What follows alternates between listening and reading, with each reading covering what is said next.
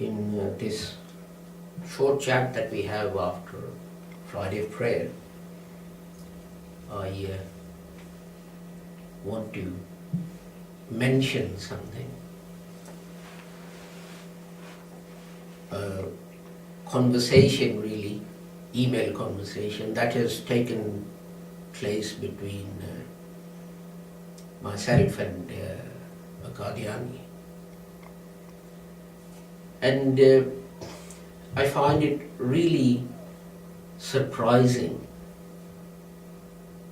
that the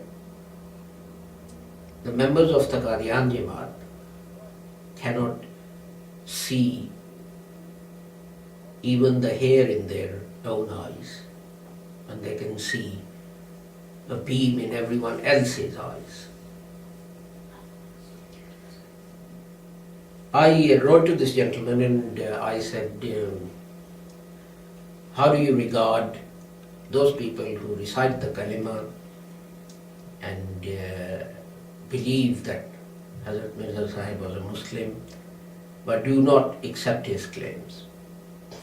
And he said, everyone who recites the kalima is a Muslim. So I said to him, well, is that just your personal belief or the belief of your Jamaat? So he said, no, this is the belief of the whole of our Jamaat. So I said to him, well, will your Khalifa Mirza Masroor Ahmad Sahib sign and publish a declaration to this effect? And he said, well, there's no need for a declaration. I have said this is enough, and so on and so forth. And I said, well, on many occasions previously it has happened that a Qadiani has said something, he believes something, and then we are told, oh, that's his personal belief. That's not the belief of the Jamaat. So I said, okay, this is your personal, whether this is the belief of your Jamaat or not. If I can prove to you that this is wrong, what will you do? He said, I will leave the Jamaat. So when he said that, I sent him a quotation. I said, well, it is said that you believe that everyone who recites the kalima but has not taken the path to join your Jamaat is a kafir, even if they are in such a place that no one knows about your Jamaat. And he said, no, this is nonsense. You should read our books. You are relying on cut and paste from Sunni websites and so on and so forth. So I said to him, okay. I sent him the link on their website to the place where Qadianis say this. And then there was a long silence, and he came back and his answer was, yes, our belief is that everyone who does not enter into the path to join our Jamaat is a kafir and heretic and outside the pale of Islam, and so on and so forth. So I said to him, why didn't you say this in the first place? And he said, well, I wasn't told this because it's not something that we like to stress. So I said, well, so that means that, the belief of your Jamaat is actually contrary to what you said earlier on.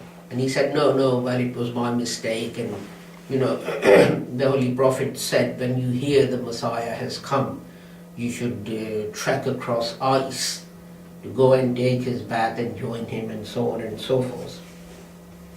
And I said, it's very true that there's a hadith of the Holy Prophet that when you hear the Messiah has come, even if you have to trek across ice to go and join him, you should do so. But read the words, when you hear. The quotation I gave you from your own Jamaat says that those Muslims who are in such places where people don't even know about Hazrat Sahib, and they don't even know about Ahmadiyya Jamaat. They're still kafirs because they're not members of the Jamaat. The Hadith specifically says when you hear. And at that point, he came back and he said, are you a Lahori? Because Lahoris use these tricks to trap us and this and that and so on. And I said, well, it's not a point whether I'm a Lahori or not. I'm talking about your beliefs. What do you believe? Those who recite the kalima and they don't say that Hazrat Mirza Ahmad Sahib, or they don't call anyone else, any other reciter of the kalima, a kafir, are they Muslims or not? My question is very simple. If someone asks me that, I'll say they're Muslims. Very easy. Why have you to go into all these convoluted arguments? And I had a similar argument with another Qadiani. And interestingly, this quotation that all those who haven't even heard the name of Hazrat Sahib are kafirs and so on, this paragraph in a book by the person who founded the Qadiani Jamaat, Mirza Bashir-ud-Din Mahmud Ahmad Sahib, it starts off that Maulana Muhammad Ali alleges that I changed my belief in regard to three matters, A, B, C, and the third one is that everyone who's not a member of the Qadiani Jamaat is a kafir. I sent another Qadiani just this, the first page, and he jumped up and down and he said, you know, you didn't read the whole book and you didn't read the whole chapter and this and that and so on and so forth. And what you are doing is ascribing an allegation made by Hazrat Maulana Muhammad Ali Sahib Rahmatullah Alayh, as if it was Mirza Bashir-ud-Din Mahmud Ahmad Sahib believed. And how can an allegation be a matter of fact? So I said to him, well, you have said to me I should have read at least that chapter to try and understand what the real issues were. If you just turn that page over and look at the first sentence, it says that these are my beliefs. I readily concur. What I deny is that I've changed and made those my beliefs and so on, etc. So I said, you're telling me to read the whole chapter, and on the first sentence of the next page says that these are my beliefs. They're not mere allegations. And I find it very sad that Mirza Sahib founded this Jamaat on truth and honesty and consistency of belief. And I find it very sad that either members of the Qadiani Jamaat are ignorant, or they deliberately try and mislead people. They know that they regard others as heretics and kafirs, but when they make an initial contact, they say, look, you know, how unjust it was for Sunnis to declare us heretics and non-Muslims and so on and so forth. And yet, they believe exactly the same thing about the others.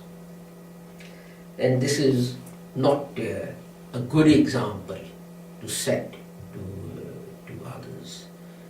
And I hope a day will come when they seem to be slowly recanting some of their beliefs and hiding them.